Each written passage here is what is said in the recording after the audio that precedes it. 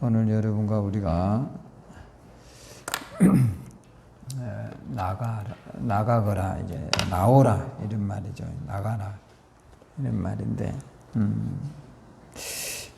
제가 어떤 책에서 이렇게 보니까 이 일본 사람들에 대해서 이제 우리가 조금은 알아야 되잖아요. 우리가 정신대 우리나라 사람들이 대략 끌려간 인원이 15만 명이랍니다. 15만의 여성들이 끌려간 거예요, 일본에. 그러니까 이제 일본 애들은 그거를 15만이면 여러분 적을까요, 클까요? 엄청난 거죠. 천안시 인구가 대략 지금 65만 되거든요. 그런데 여러분 15만이라면 굉장한 숫자죠. 근데 이제 대부분은 이제 일본이 패망하지 않습니까? 일본이 이제 패망하게 된 가장 결정적인 것은 미국에 있는 군인들을 이제 타격을 하거든요. 일요일 날 이제 오키나와에 하와이에 있는 미군 군함 일요일 날 이제 가서 폭격을 해가지고 미국이 전쟁에 개입을 하게 되죠. 그러면서 이제 일본이 패망합니다. 항복을 선언하죠. 일본에 이제 미국에서 원자폭탄을 터뜨려 버렸어요. 그러면서 이제 얘들이 항복을 선언하는데, 이때 항복을 할 즈음에 우리나라 위안부들로 끌려갔던 사람들 15만 명 있잖아요. 이 사람들 대부분을 이제 다 죽였습니다. 근데 살아난 사람들이 있잖아요. 이 사람들이 어떻게 살았냐면, 일본의 군인들 가운데 매우 양심적인 사람들이 있을 거 아니에요, 개인적으로. 근데 이제 패망을 하면서 위안부들을 전부 다 총살을 시키라 했어요. 숲으로 끌고 와서 총살을 시키라 했는데, 거기에 이제 더 양심적인 사람들이 한두 명이 있어서 총을 하늘로 쏠 테니까 지금부터 도망가라. 그래서 이렇게 덜어 살아나요. 그 사람들이 증언이에요, 이게. 그래서 이제 살아나는 사람이 굉장히 소수의 사람이 살아서 이제 위안부들이 있다는 걸 알게 된 거죠. 근데 여러분들이 연세대학교 교수인 이용훈 같은 사람은 이제 우리나라에서는 위안부가 없었다, 공창이었다, 이제 이런 거죠. 공창이라는 건 뭐냐면 돈 벌기 위해서 몸을 팔러간 여자들이다, 이렇게. 이 사람이 연세대학교 교수예요. 굉장히 심각하죠. 그래서 이 사람도 연세대학교 교수면서 은퇴했는데, 연세대학교에서 돈을 줄까요, 안 줄까요? 은퇴 교수니까 현재도 돈을 주는 거예요. 이 서글프죠. 근데 이런 사람들이 이제 있어요. 그러니까 왜 이런 사람들이 우리 안에는 있는가 좀 이상하잖아요. 여러분 보면 맹세히 대학교 교수이고, 우리 사회에 그런 말, 공창이라는 게 직업 여성이다 이 말이에요. 몸을 파는 직업 여성이고, 일제시대 때 끌려간 사람들은 돈 벌려 간 사람들이다, 이렇게 이야기를 하는 거죠. 그러면 그 입장의 견해차가 커요, 적어요? 엄청 큰 거죠. 자, 위안부는 끌려갔다라는 우리들의 주장인데, 이 연세대학교 사회학과 교수인 이용훈 이 사람은 그런 게 아니다, 돈 벌기 위한 매춘이었다, 이렇게 말해요. 그 누구의 편이에요, 이 사람은? 에? 일본 편이에요? 지금 우리나라 사람들 편이에요? 일본 편이잖아요.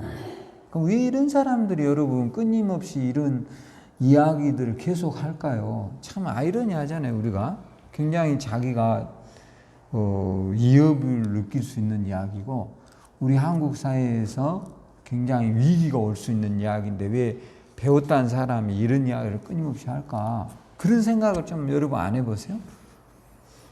저는 그런 생각을 좀 해보는데, 왜 그럴까? 이유가 있어요, 이 사람들이. 지금 우리 사회에도 굉장히 주류를 이루는 사람들의 세력들이, 친일파 세력들이 많아요. 누가 많다고요?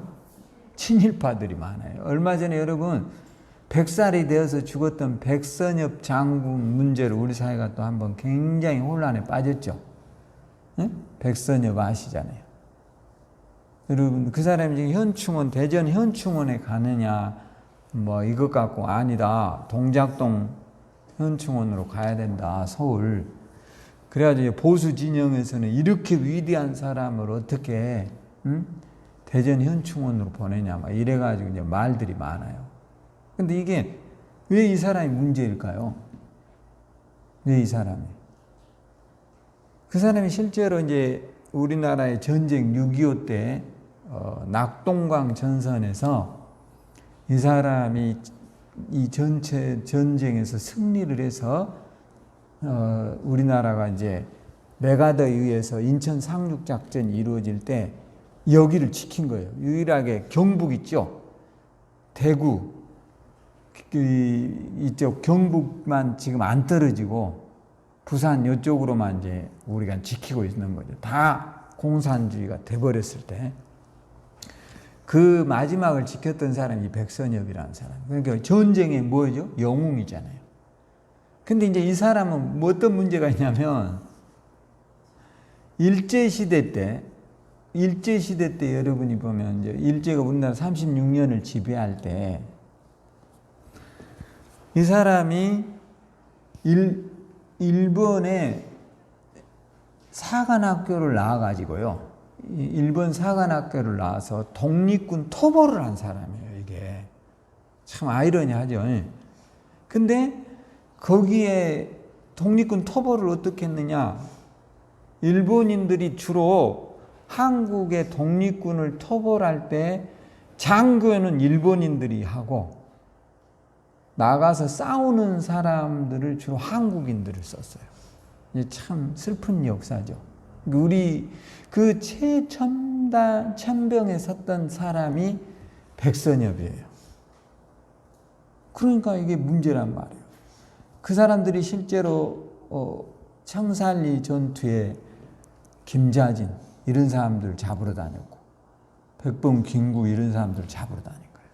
그러니까 이게 굉장히 아이러니한 역사거든요. 그러니까 이런 게 이제 서로 충돌이 와가지고 이 사람이 전쟁의 영웅은 맞지만 역사적인 실체는 또 뭐냐? 일제에 뭐 한 거죠? 굉장히 많은 그 사람이 노역과 희생을 한 사람이죠. 그러다 보니까 이 사람에 대해서 사람들이 이제 찬반 여론이 굉장히 많아요. 그리고 이 사람이 재산이요 상상 초월이더라고요. 저도 깨끗하게 살았다 그러는데 그 후손들이 2천억 강남에 2천억대 빌딩을 소유한 사람들이에요. 그러니까 이게 역사의 아이러니인 거죠. 그러니까 우리가 생각하는 것보다 우리 사회에서 지금도 끊임없이 일본의 색채를 내는 사람들이 존재하잖아요. 학계에서도 그러고 문학에서도 그러고 종교계에서도 그러거든요. 일본이 아니었으면 우리는 여기 올 수도 없었다. 이런 말을 하는 사람들이 굉장히 많아요. 근데 그런 사람들의 뒷배에는 반드시 청산되지 않았던 일본의 영향력을 받고 있는 사람들이 많다라는 거예요. 그러니까 이게 청산되지 않는 역사가 얼마나 무서운 결과를 낳는다는 것을 우리들에게 일깨워주는 거죠. 그러니까 우리가 이런 걸 아프게 받아들여야 저로서는 뭐가 옳다 그르다 이런 판단은 우리 모두가 스스로가 내려야 될 결론이죠. 이런 것과 마찬가지죠. 우리 민족의 아픔들 속에서 이런 사람들이 이제 그냥 청산되어 버리지 않으면 또 나중에 보면 여러분 봐보세요. 전두환이가 제대로 지금 벌을 안 받잖아요. 5.18 주범인데 못하게 하니까 보수 진영에서 전두환이를 못하게 하는 거예요. 그러니까 전두환 자식들은 어떻게 살죠? 늘 전두환 자녀들은 어떻게 살아요? 부귀영화 공명을 누리고 살아요. 굉장히 잘 삽니다. 그러니까 이게 역사의 아이러니라는 거죠. 수많은 사람을 희생한 독재자였는데 편하게 호의호식하고 잘 사는 거예요.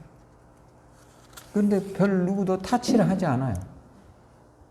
재산 한수도 하지 않아요. 그리고 그들의 후손들은 어떻게 살아요? 우리의 정의를 위해서 싸우고 희생했던 우리의 자손들은 굉장히 힘들고 하루하루 이렇게 직장 다니기도 어려운데 얘들은 그런 것도 안 하면서 그냥 아무 직업도 없는데 어마어마한 돈을 세이브해 놓고 살고 있어요. 이게 참 아이러니한 거죠. 그러니까 역사를 바르게 세우지 못하면 공정성이 없어지고 정의가 사라져 버려요. 그래서 이런 문제들을 낳는다는 거죠. 길게 보면.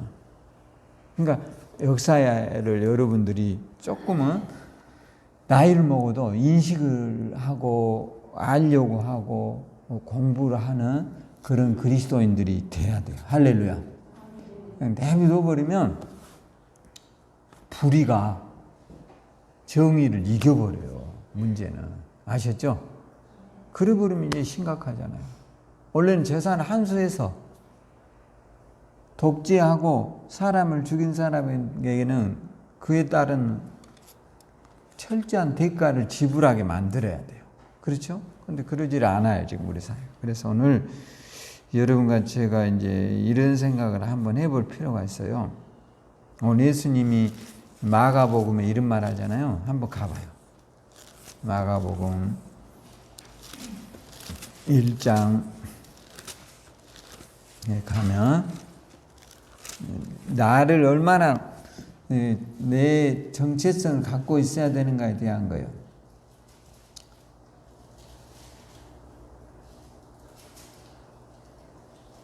25절 예수께서 꾸짖어 이르시되 잠잠하고 뭐라 했어요? 그 사람에게서 나오라 하시니라. 그 사람.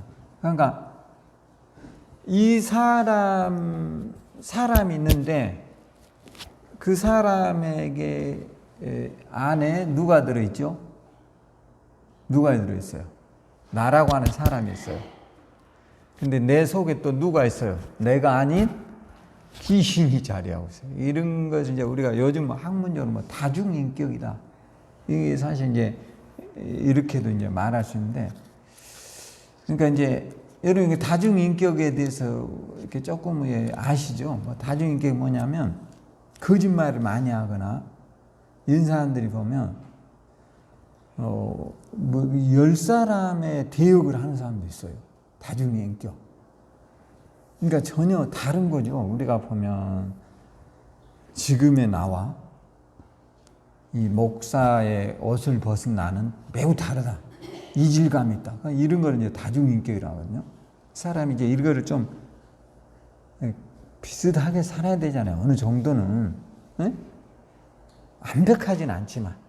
여러분도 사실 지금의 여러분과 집에 있는 여러분 매우 다를 수 있잖아요. 그래요, 안 그래요? 좀 다르잖아요. 그러나 너무 이질적이면 이게 문제는 심각해요. 그렇죠? 여러분이 늘 알고 있는 어떤 사람이 실제로 그 사람하고 여러분이 하루 여행을 갔는데 너무 섬찟한 거야. 응? 그가 하는 행동이, 그가 하는 일이, 그래서 도저히 이 사람하고 이제 같이 할 수 없다. 이런 느낌을 딱 받을 때 여러분이 어떤 생각이 드세요? 두려움과 공포가 오는 거죠. 근데 이제 그런 것이 다중인격이라면 우리가 생각한 거하고 달라요. 그러니까 사람은 그 내면을 잘 모르는 거예요. 뭘 모른다고요? 내면을 몰라요. 그러니까 우리가 이런 말 많이 해요. 너 그럴 줄 몰랐다. 이런 말 많이 하잖아요. 그러니까 이제 너무 달라버리니까, 달라도 너무 달라버려요. 그게 이제 제가 이제 이러면서 이런 생각을 해봤어요. 우리들 속에는 사람은 누구에게나 다 더 잘 포장하고 싶어 하는 욕망이 있어요. 그래요, 안 그래요? 그게 있다니까, 여러분. 근데 그것과 밀접하게 어떤 동기가 부여되면 이런 사건이 있어서, 여러분 장영자 아시죠? 시대의 희대의 사기꾼이라고 하는 장영자, 이 사람이 우리나라에 보면 지금까지 사기 행각으로는 가장 어마어마한 사기를 일으켰잖아요. 텔레비에도 여러 번 나왔어요. 드라마에도 나온 사람입니다, 여러분. 장영자는. 근데 이 사람은 이제 어음을 발행해가지고 돈이 있어 일부 사채를 끌어들여요. 그래가지고 기업들이 어렵잖아요. 그러니까 옛날엔 기업들이 돈 빌리기가 어려웠거든요. 지금은 이제 기업들이 어느 정도 신용을 갖고 있으면 은행에서 돈을 쉽게 빌려줘요. 근데 옛날에는 그게 어려웠다는 거예요. 그러니까 주로 기업들이 이제 사채 시장에서 돈을 가져오는 거예요. 그러니까 장영자가 이게 일부 자기 남편이 이제 전두환과 관련된 그런 사람이에요. 그러니까 그 줄을 가지고 돈을 끌어들여서 기업들에게 이제 돈을 빌려주는 겁니다. 기업들 대부분 난강토건 뭐 이런 데다가 건설업에다 빌려줘요. 근데 빌려오는 조건이 뭐냐면 그 대신 빌려주고 내가 돈을 뭐 1,000억을 줬다 그러면 그 사람 회사 이름으로 장영자는 뭘 할 수 있냐면 조건이 뭐냐면 어음을 발행하는 조건을 만들어요.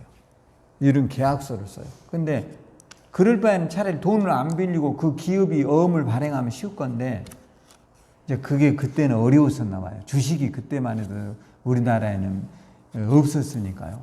그러다 보니까 이제 기업들이 돈이 급하면 이 사람을 찾아가는 거죠. 근데 그에 반해 이 사람은 막 엄청난 어음을 쏟아내가지고 기업을 망하게 만들어버려요. 시중에다 풀어가지고 그걸 돈으로 바꾸어요. 그러니까 기업이 이제 다 망해버리고 이런 사건이 한 30개 기업이 이렇게 하고 망해버리더라고요. 이제 그런데 이 사람이 이제 그럴 때마다 변화무쌍하게 거짓말을 합니다. 너무나 거짓말을 유연하게 하니까 권력이 있죠. 그러다 거짓말을 하니까 사람들이 거기에 다 넘어가는 거예요. 그리고 우리가 기업할 정도의 사람이 그렇게 시원찮은 사람들은 아닐 거 아니에요. 근데 전부 넘어가가지고 기업이 뭐 30개 이상이 도산하거든요. 이제 그런 것들, 그러니까 심리학자가 이 사람을 보면서 다중인격체다. 어떻게 저렇게 거짓말을 천부적으로 할 수 있느냐, 이런 거죠. 그러니까 여러분도 이제 그럴 수 있다 했잖아요. 제가 사람은 누구나 나를 좀 더 가대 포장하고 싶어 한다 이거. 그러니까 여러분이 나름은 이제 우리가 머리도 염색하고, 네? 또 뭐예요? 더 좋은 화장품도 쓰려고 좀 더 나를 잘 보이게 한 거잖아요. 이런 게. 자, 근데 이런 것들이 지나치다 보면 사람 속에는 뭐가 들어가느냐 하면 여러분을 컨트롤할 수 없는 악한 귀신이 들어가게 돼 있어요. 아셨죠? 뭐가 들어간다고요? 귀신이 들어가요. 그래서 나도 모르게 여러분들이 주변에서 그런 사람들 보셨죠? 심한 쇼핑 중독에 빠져 있는 사람들. 이유도 없이 물건을 산적해요.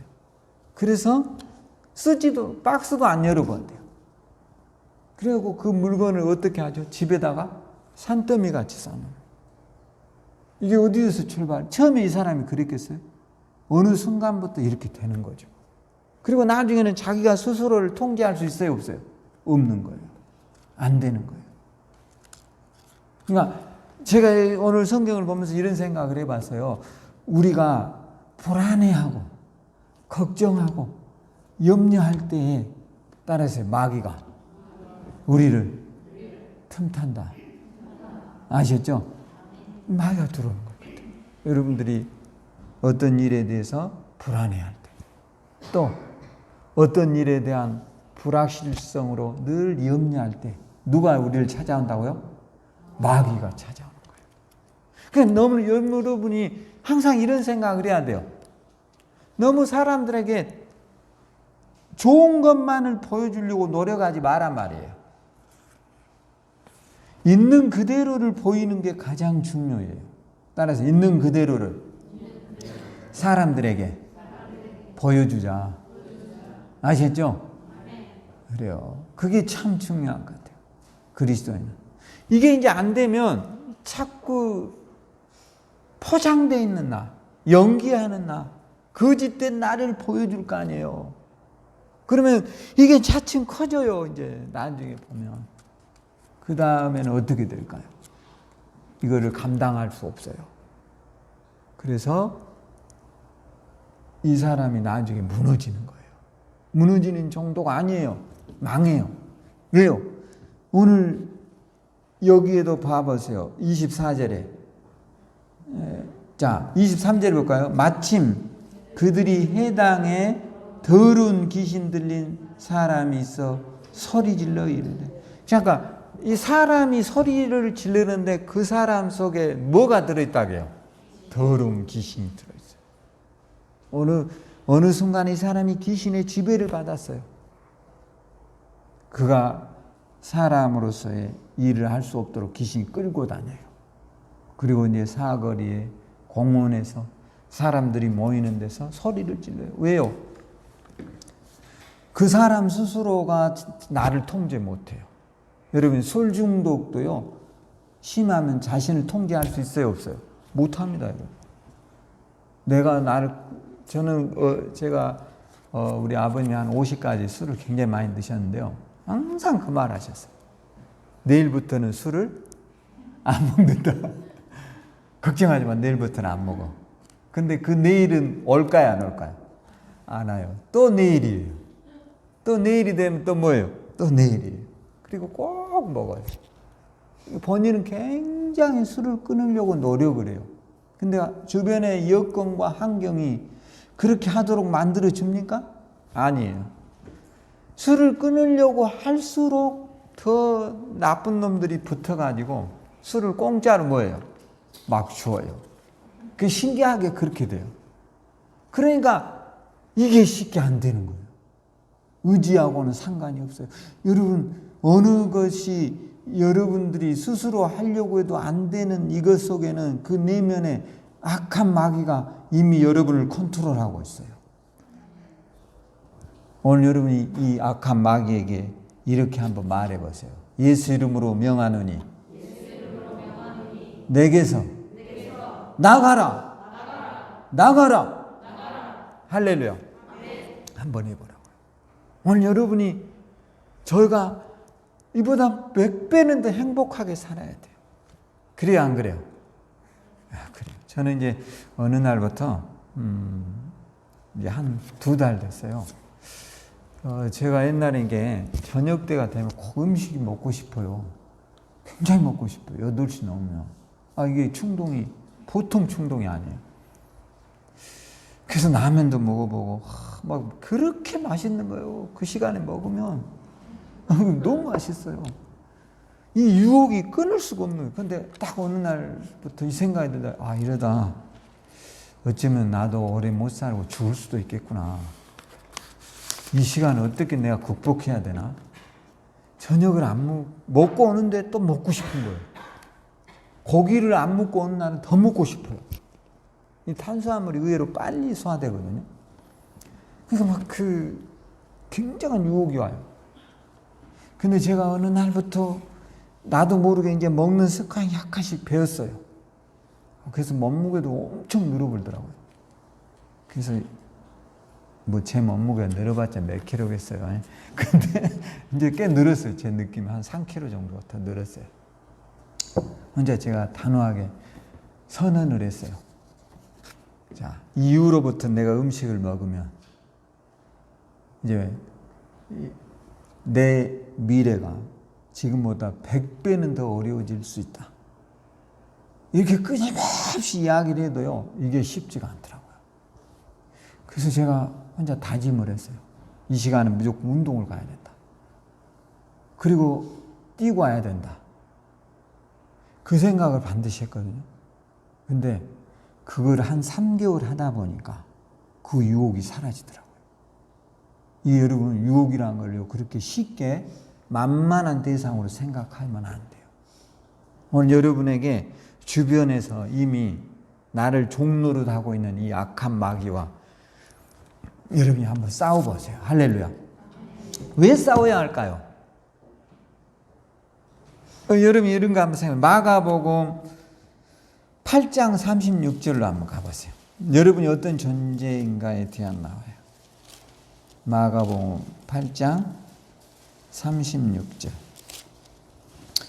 자, 사람이 만일 온 천하를 얻고도 자기의 목숨을 잃으면 무엇일까요? 여러분 온 천하가 여러분의 것인데 아프면 뭔 소용 있어요? 뭔 소용 있어요? 네? 뭔 소용 있냐고? 여러분 몸이 아프면 뭔 소용 있어요? 아무 소용 없어요. 우리 어머님이 이제 오셨다가 많이 좋아지셔서 가셨거든요. 지금 굉장히 걸어다니시고 좋아요. 근데 우리 어머님이 늘 아플 때 그 말 하더라고요. 빨리 죽어야 된다.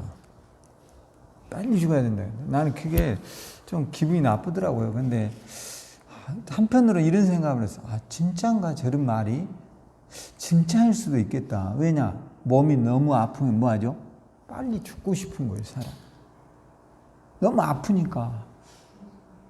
너무 뭐 이것도 아프고 약을 먹어도 안 되고 그러니까 자식들한테 너무 신세 끼치니까 뭐 한다 그래요? 빨리 죽어야 되겠다. 물론 인사일 수도 있고 뭐 립서비스다 그런데 어느 날부터는 이게 진심으로 들렸어요. 근데 이런 생각을 해보세요. 왜 그러냐? 사람의 생명이 무엇보다 귀하다고요? 천하보다 귀하다잖아. 근데 그 천하보다 귀한 내 생명이 몸이 아픈 거예요. 괴로운 거예요. 고통스러워요. 그래서 그런 말을 하는 거예요. 나는 그 말 속에는 간절히 살고 싶다는 말도 들려요. 난 너무 살고 싶어 이런 말도 들어있어요. 역설적으로 보면. 그러나 그 말은 진심일 수도 있어요. 너무 아프기 때문에. 근데 여러분이 한번 바꾸어 생각해 보세요. 모든 사람이요 다 아픈 건 아니에요. 그래서 불행한 나의 미래를 만들어지지 않도록 오늘부터 예수 이름으로 여러분이 자꾸 선포하고 선언하고 자꾸 여러분의 미래를 행복하게 말하기를 주의 이름으로 축원합니다. 지금 여러분들이 이런 생각을 해보세요. 누가 아프고 싶어서 아프냐? 나도 아픈 데가 있을 때 그런 말 하죠. 옆에서 뭐, 아유 어떻게 아프면 그러면 사람들이 뭐라 그래요? 누가 아프고 싶어서 아프냐? 이게 사실은 어떻게 보면 무책임할 수 있어요. 제가 이번에 어떤 그 뇌에 대한 것에 유튜브를 여러 편을 봐봤어요. 뇌혈관이나 이런 것들에 대한 유튜브를 여러 편 보면서 유전적인 것만은 아니다라는 거예요. 세상에 모든 것이 유전적인 것만은 아니래요. 그런 것만을 탓하면 안 된다는 거예요. 병에 대해서. 물론 유전적인 것일 수도 있어요. 그런데 식생활을 개선하고 삶의 스타일을 교정하면 얼마든지 행복한 그리스도인으로 우리의 미래를 만들어갈 수 있어요. 할렐루야. 근데 그렇지 않잖아요, 우리가. 젊어서 방탕하고 술 먹고 담배 피고 나쁘게 살면 미래의 결과가 어떻게 올까요? 불행으로. 하루아침에 여러분 사람의 몸이 라면 하나 먹는다 해서 잘못되지 않습니다. 생고기를 많이 먹는다고 하루아침에 잘못되지 않습니다. 이게 축적이 되는 거예요. 가식하는 게 문제가 되지 않습니다. 한두 끼 먹는다고 해서. 그러나 누적이 되면 반드시 불행이 오게 돼 있습니다. 그러니까 오늘 미래를 생각해서 따라서 절제하자. 내 영혼아, 너는 밝은 내일이 올 거야. 할렐루야. 내일이 없는 사람처럼 살지 말자 말이에요. 제가 느낀 게 그런 거예요. 그러면서 나중에는 우리가 이렇게 말할 수 있어요. 누가 아프고 싶어서 아프냐? 이게 누가 알 수 있는 소리죠. 오늘 여러분들에게 우리 스스로를 망가뜨리는 게 있어요. 절제 못하게 하고. 네? 또 더 이상 이 정도면 자족해야 되는데 그렇지 못하게 하는 마귀에게 걸려들지 않도록 오늘 여러분이 예수님의 말씀처럼 이렇게 한번 선언해 보세요. 예수 이름으로 명하노니 내 속에서 나가라. 할렐루야. 이 나가야 된다는 거예요. 할렐루야. 우리는 행복해야 될까요? 안 행복해야 될까요? 그렇죠. 저도 그래요.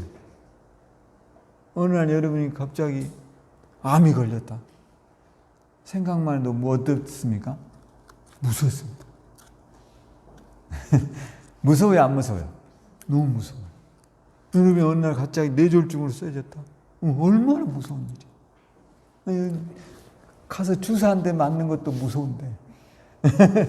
난 주사 맞는 건 너무 무서워요. 주사 맞는 거 좋은 사람 손 들어보세요. 없죠? 이럴 때 머리에다 손 얹지 마세요. 오해하니까. 진짜로 공포예요. 옆에 맞는 사람만 봐도 나는 공포가 와요. 그 바늘로 쑤신다니까. 무섭잖아요. 근데 여러분 그거를 밥 먹듯이 주사를 맞아야 돼요. 그리고 먹고 싶지 않는 약을 끊임없이 먹어야 돼요.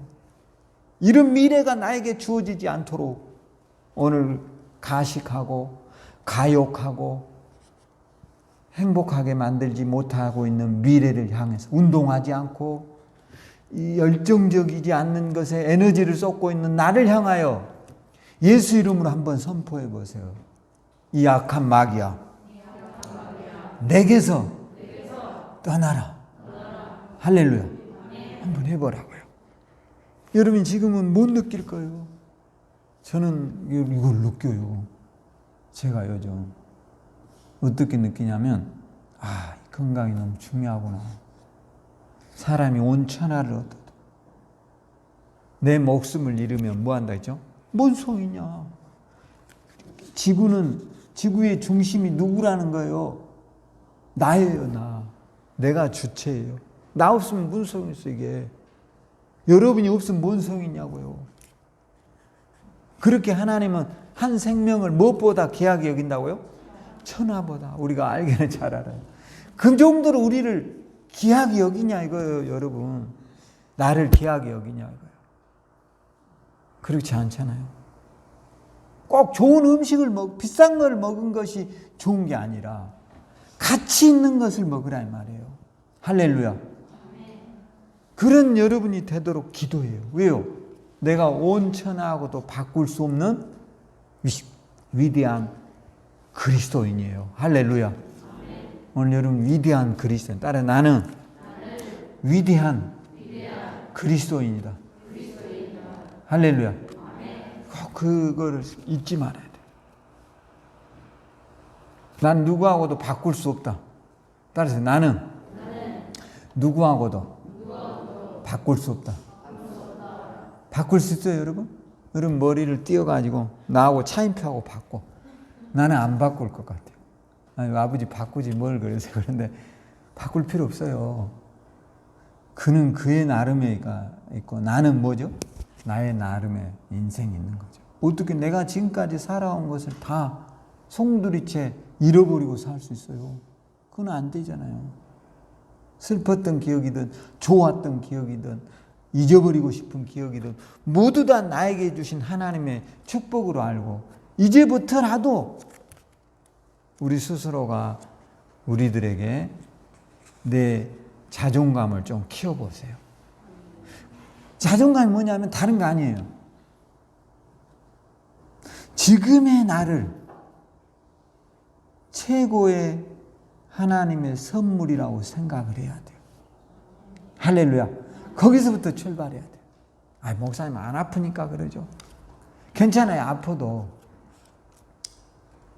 그것과 함께 잘 대처하고 저도 이제 그 유튜브 같은 데 보면 요즘은 유튜브 있잖아요. 전문의들이 의사들 있죠. 의사들이 올려놓은 유튜브도 굉장히 많더라고요. 그러니까 여러분들이요. 그런 걸 좀 참고할 필요가 있다니까. 그런 쪽에 지식을 많이 가지고 우리가 살아가야 할 필요가 있어요, 없어요? 있어요. 왜냐하면 우리가 미래라는 것은요, 오늘 어떻게 살았느냐의 결과물이거든요. 오늘 여러분이, 그럼 오늘 어떻게 살았느냐의 결과는 어떠냐? 어떤 것에 대한 끊임없는 도전을 받는 사람들, 자극을 받는 사람은 오늘을 훨씬 더 아름답게 살 수 있어요. 어떻게 산다고요? 아름답게 살 수 있어요. 땀 흘려서 살 수 있고 힘써서 살 수 있어요. 그 결과가 여러분 20년 후에 축복으로 나타나요. 할렐루야. 뭐 우리가 집값이 어마어마하게 올라간대요. 서울은. 뭐 상상할 수 없대요. 그러니까 다 포기해버린다. 포기하면 돼요, 안 돼요? 안 돼요. 그런 식으로 살면 안 돼요. 옛날에도 집값은 비쌌어요. 옛날에도 서민이 서울에다 집 산다는 것은 매우 우리가 상상할 수 없는 수치였어요. 지금도 그러고요. 뭐 어떻게 하면 그러나 그 어떻게 하면이 오늘 우리에게 앞으로 펼쳐질 수 있어요. 할렐루야. 그러니까 너무 좌절하지 말아야 돼요. 그리고 아무렇게나 살려고 생각하지 말아요. 오늘부터 나에게 잘못되어 있는 습관의 노예로 사로잡는 마귀에게 말하세요. 저는 진짜 좋은 습관이 하나가 있는데요. 제가 요즘 아침에 일어나면 꼭 청소를 합니다. 옛날에 진짜 저는 안 했거든요. 절대 이런 거는 뭐 제가 해야 될 영역으로 생각을 안 했어요. 왜? 이거 뭐 내가 왜 해? 근데 제가 해보니까 뭐 어떤 생각이 드느냐면 이것도 굉장히 어려운 일 가운데 하나구나. 매우 즐거운 일로 생각하자. 즐거운 일로. 그러니까 어떤 일을 여러분들이 그러면 내가 옛날에 안 했을 때 나는 뭐 했을까요? 그거 안 하고 생산적인 일 할까요? 아니거든요. 텔레비 보고 앉아있고 아무 쓸모없는 잡념을 하고 있고 그런데 시간을 낭비하거든요. 그러느니 차라리 좀 더 생산적인 일을 해서 저는 요즘 조금씩 요리를 해보려고 노력을 해요. 놀랍죠? 근데 뭐 죄를 자랑하는 게 아니라 제가 요즘 아침에 요리를 조금씩 해서 제가 아침을 먹어보거든요. 근데 요리를 할 것도 없어요. 매일 감자하고 양파를 썰어서 볶아서 그걸 두 가지를 먹어봐요. 근데 이제 다양하게 해보는 거 고추도 넣어봤다가 뭐 소스도 발라봤다가 어떻게 하는 게 맛있는가 연구를 해보는데 해보면서 뭔 생각이 드냐면 혼자도 살 수 있도록 돼야 된다. 에어컨 좀 키세요. 혼자도 뭐 한다고요? 살 수 있도록 해봐야 된다. 할렐루야. 그런데 이게 상당히 어려운 일인데 대부분 안 하잖아요. 근데 해보니까 못할 일도 아니다. 내가 의외로 잘할 수 있는 분야일 수도 있겠다. 나는 늘 요리를 응용이라고 하거든요. 우리 가족들한테 요리가 뭐 별거냐? 응용이다. 여기저기다 아이디어를 첨가하는 게 요리지 뭐 딱 원칙이라는 게 어디 있냐. 그러니까 그렇게 쉬우면 아버지가 요리해서 바치세요 이러거든요. 제가 아직 그 단계는 안 되는데 오늘 여러분들에게 가지고 있는 잠재 능력이 훨씬 더 위대함을 드러낼 수 있어요. 할렐루야. 여러분 우리가 그 백종원 아시죠? 백종원이가 원래 요리한 사람일까요? 아닙니다. 이 사람은 요리하고는 전혀 상관이 없었어요. 그리고 여러 사업에 손을 댔다 다 뭐하죠? 다 망하라 먹습니다. 이 사람이. 그러면서 동남아시아 뭐 중국 이런 데를 여행하면서 음식에 대해서 눈을 뜨게 돼요. 이 사람이. 그 단순한 데서 출발합니다. 그런데 이제 이 사람에게 장점이 뭐가 있느냐. 그런 것들을 깊이 연구하고 그거를 배우려고 하는 거예요. 그러니까 지금은 음식하면 누구로 바뀌었어요? 음식하면 누구예요? 백종원으로 바뀌어버린 거예요. 그 사람이 원래 뭔 요리를 했겠어. 근데 절박함이 그렇게 만든 거예요. 다른 거 없어요. 지금 여러분 그 사람 이름의 브랜드를 가지고 식당을 내면 식당이 잘 될까요? 안 될까요? 됩니다. 백종원이라는 이름만 내걸어도 사람들이 어느 정도 신뢰를 해요. 아, 저 사람 식당에 가면 먹을 수 있어. 이런 신뢰감이 들어온다는 거예요. 이게 중요해요. 왜냐?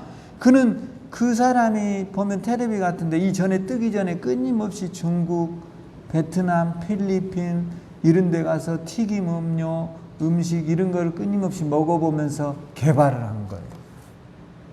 오늘 여러분도 마찬가지예요. 어쩌면 나에게 잠재되어 있는 위대한 능력이 있을 수 있어요. 근데 마귀에게 우리가 다 속아버렸어요. 그리고 다 이거를 땅에다 숨겨놓고 사는 거예요. 그래서 오늘 여러분들이 이제 늦지 않았어요. 여러분 지금 우리가 베트남에 가 있는 박항서 감독 아시죠? 이 사람 잘한 사람입니까? 이 사람은요 그렇게 훌륭한 지도자가 아닙니다. 우리나라에서는 그냥 뭐 평범해요. 우리나라에서 국가대표 히딩크 다음에 감독을 맡았다가 아시안컵에서인가 8강에서인가 떨어져가지고 감독 경질돼 버렸어요. 그리고 뭐 대구 어디 FC 감독하다가 여기서 또 잘렸어요. 근데 이 사람이 베트남에 가서 어떻게 됐어요? 국민의 아버지로 바뀌어버렸어요. 사람은 모르는 거예요. 지금 그 사람이 60이 넘었어요. 왜 그 늦은 나이에 그 사람이 성공했느냐? 다른 거 아니에요. 마음을 비우는 거예요. 그 사람의 제가 써놓은 글에서 이런 걸 봤어요. 이제 나는 뭐 한국에 돌아간들 감독이 될 수도 없고 이 나이에 누가 나를 어디에서 감독으로 초청할 만한 나라가 없다. 이게 나에게는 마지막이라고 생각하고 봉사하면서 서비스한다 이런 마음으로 그곳에서 베트남 아이들을 돌보다 보니까 역량의 100%가 나오는 거죠. 오늘 우리들 그리스도인들, 저와 여러분들도요, 우리들 속에 잠재되어 있는 능력이 있어요. 할렐루야. 그 잠재되어 있는 능력을 마귀가 자꾸 사용 못하도록 만드는 거예요. 여러분이 한번 마귀에게 이렇게 말하세요. 예수 이름으로 내게서 나가라. 할렐루야. 오늘 여러분 에베소 1장 4절 한번 봐보세요. 에베소서 1장 4절. 에베소서 1장 4절이요.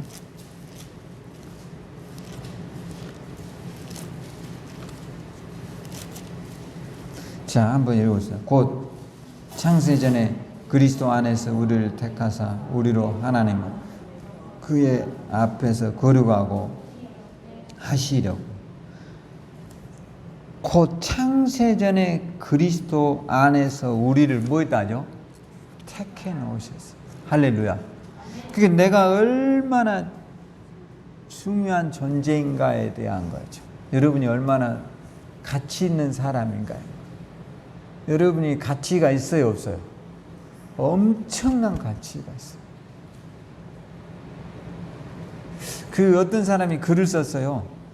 박원순 서울시장이 이제 자살해서 죽어버렸잖아요.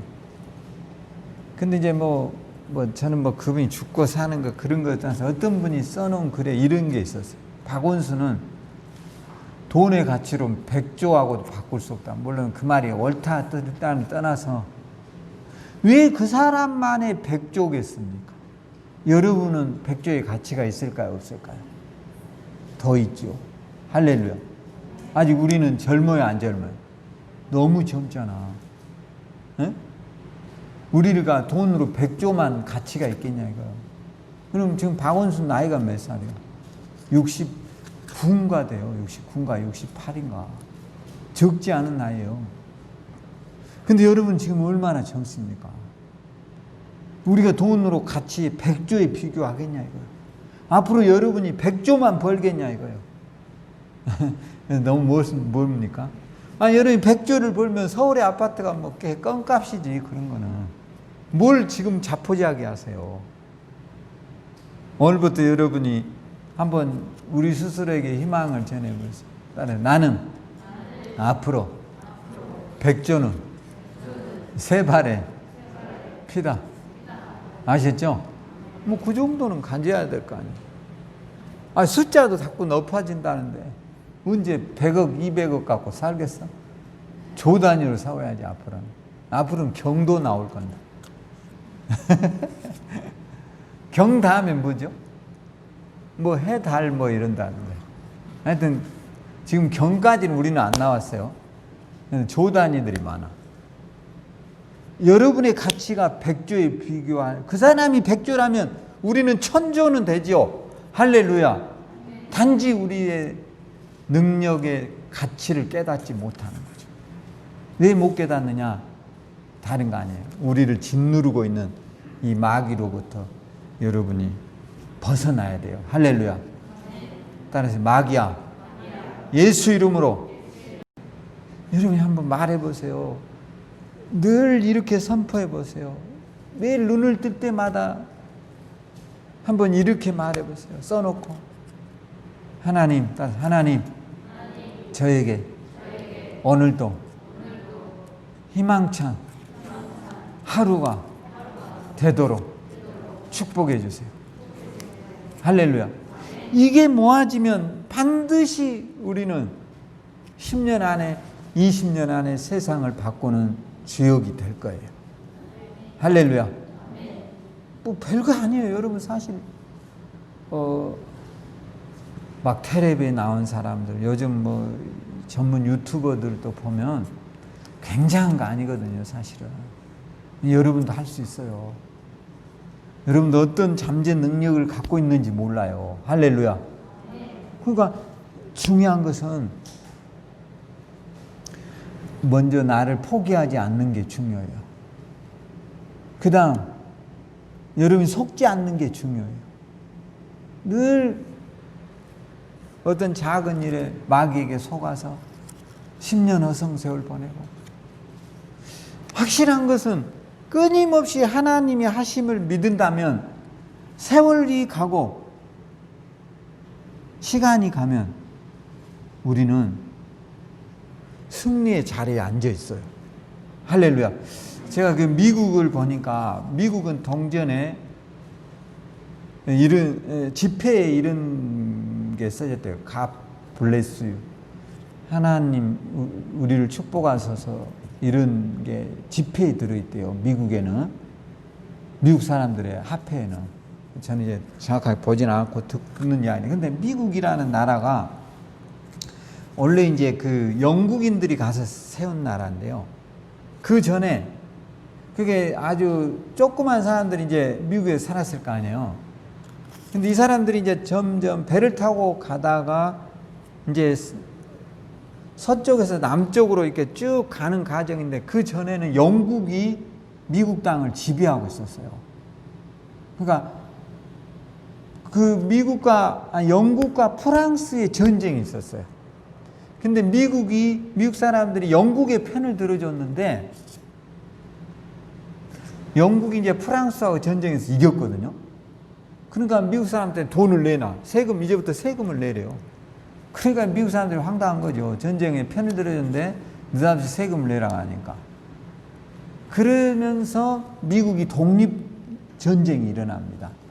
미국에서 우리도 독립하자. 그리고 영국인들을 이제 미국에서 몰아냈겠죠. 몰아내고 나니까 놀라운 일이 일어났어요. 미국 땅에서 그때 당시 이제 가장 귀한 석유가 쏟아져 나오는 거예요.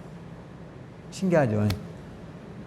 그리고 지금의 미국이 되기 전에는 그 위에 밑에 있는 멕시코 애들이 지금은 아리조나 막 이런 데를 다 지배하고 있었답니다. 근데 멕시코에 이때 당시 또 내분이 일어나는 거죠. 지그들끼리 싸워가지고. 그래서 미국이 이 멕시코, 아리조나 이 지역들을 다 사요. 멕시코로부터. 또 독립을 해요. 그래서 독립을 해서 미국이라는 나라를 만들었는데 그러고 나니까 거기에서 뭐가 나오냐? 금이 쏟아져 나와. 신기하죠? 얘들은 그리고 저 캐나다 옆에 보면 알라스카라는 섬이 있었거든요. 이걸 러시아한테 삽니다, 미국이. 이때만 해도 이 땅이 완전히 그냥 눈 속에 있는 거예요, 눈 속에. 그러니까 미국에서 이 땅을 살려고 하니까 정신 나간 놈이라고들 다 그랬대요. 왜 그걸 사? 눈이 있는데. 그것을 사고 나니까 눈이 슬슬 녹으면서요. 거기에 놀라운 석유, 금, 석탄이 어마어마한 양이 들어있는 거예요. 그러니까 지금 제일 미국은 뭐 만졌다 하면 뭐가 되죠? 금, 석유가 막 쏟아져 버려요. 그러니까 이게 잘 될 수밖에 없는. 제가 그 생각을, 하나님 우리나라에 복을 주셔서 이 말을 돈에다 써놨더니 하나님이 뭐하죠? 복을 주는가? 제 생각이래요. 오늘 여러분들도 집에다 좀 이런 것 좀 써놓으세요. 따라하세요. 우리 집에 하나님 복을 주셔서. 오늘부터 꼭 유리창에다 좀 써서 붙여놓으세요. 왜냐하면 만졌다 하면 뭐가 돼요, 얘들아? 금이 되고 석유가 돼버리니 이게 여러분 돈 벌 수밖에 없잖아. 그리고 대부분 이 국경이라는 게 산맥이나 하천을 중심으로 해서 형성이 된대요. 우리도 그러잖아요. 충청남도라든가 북도가 다 하천이나 산을 통해서 경계선을 이루는데 국경도 똑같아요. 근데 신기하게 미국의 그런 지리적 요건을 제대로 갖추고 있는 나라래요. 그게 전쟁을 치르지 않도록 만들어진 거죠. 근데 그들의 문구에 뭐가 들었다고요? 하나님 우리에게 복을 주세요. 오늘 우리들도 유리창에다 꼭 이거 하나씩 써놓을까요? 따라서 하나님 우리 집에 복을 주세요. 이거 써놓고 매일 보란 말이에요. 그러면 여러분이 만진 것마다 뭐가 될까요? 복이 될지 몰라요. 복이 될 거예요. 할렐루야. 모르는 게 아니라 그냥 말대로 된다 했잖아요. 인생은. 할렐루야. 그러니까 한번 해보자고요. 우리도. 하나님 우리 집에 복을 주세요. 한번 그냥 그 여러분들이 유리창 그걸 뭐라 하죠? 여러분들 앞에 창문을 뭐라 하죠? 베란다. 거기에다 뭘 붙이라고요? 꼭 한번 붙여봐요. 아셨죠? 그냥 글씨로 하나님 우리 집에 복을 주세요. 아셨죠? 할 수 있겠죠? 그 써놓으면 복이 온다 하잖아요. 오늘 여러분 집에 복 올까요? 안 올까요? 올 것 같아요. 저는. 오늘 우리의 생각을 바꾸고요. 한번 이렇게 해보자고요. 매일 그걸 한번 이렇게 봐요. 하나님 우리 집에 복을 주세요. 그러면 1년이 가고 또 내년에도 하나님 우리 집에 복을 주세요. 2년이 가고 10년이 간 후에는 여러분 아마 천안에서 제일 부자가 됐을 거예요. 할렐루야. 미국 사람들이 특별한 게 있어서 부자 된 게 아니래요. 아니 하는 것마다 그들에게 하나님이 뭘 줘요? 복을 주세요. 그러니까 참 신기하죠. 오늘 우리도 그렇게 되어질 거예요. 할렐루야. 오늘 여러분의 집에 여러분이 가장 아끼는 이 핸드폰 문구 여기 맨 앞에 있죠. 여기다 이렇게 한번 써봐요. 얘들한테 써주라고 하세요. 여기다가 여기에다 있잖아요. 첫 번째 하면 하나님 우리 집에 뭘 주라고요? 복을 주세요. 이렇게 한번 써봐요. 볼 때마다 한번 읽으면 되잖아. 반드시 저는 기적이 오리라고 믿어요. 할렐루야. 오늘 그런 저와 여러분 되기를 주의 이름으로 축원합니다. 기도하겠습니다. 하나님 은혜를 감사합니다. 오늘 우리 집에 우리 가정들 속 하나님이 주신 특별한 복으로 살게 해주십시오. 주의 도우심으로 우리가 살게 해주십시오. 가난이 물러가게 하시고 병마가 물러가게 하시고 하나님의 능력으로 최고의 축복받는 그리스도인들 되게 하옵소서. 예수님 이름으로 기도합니다. 아멘. 지금은 우리 주 예수 그리스도의 크신 은혜와 하나님의 극진하신 사랑하심과 성령의 내주 충만한 역사가 오늘 하나님 앞에 우리가 하나님의 귀한 자녀임을 깨닫고 늘 하늘의 복 받기를 소망하며 믿음으로 서기를 원하는 우리 성도들에게 지금부터 영원토록 주의 지켜주심과 인도하심이 함께하기를 간절히 축원드리옵나이다. 아멘. 할렐루야.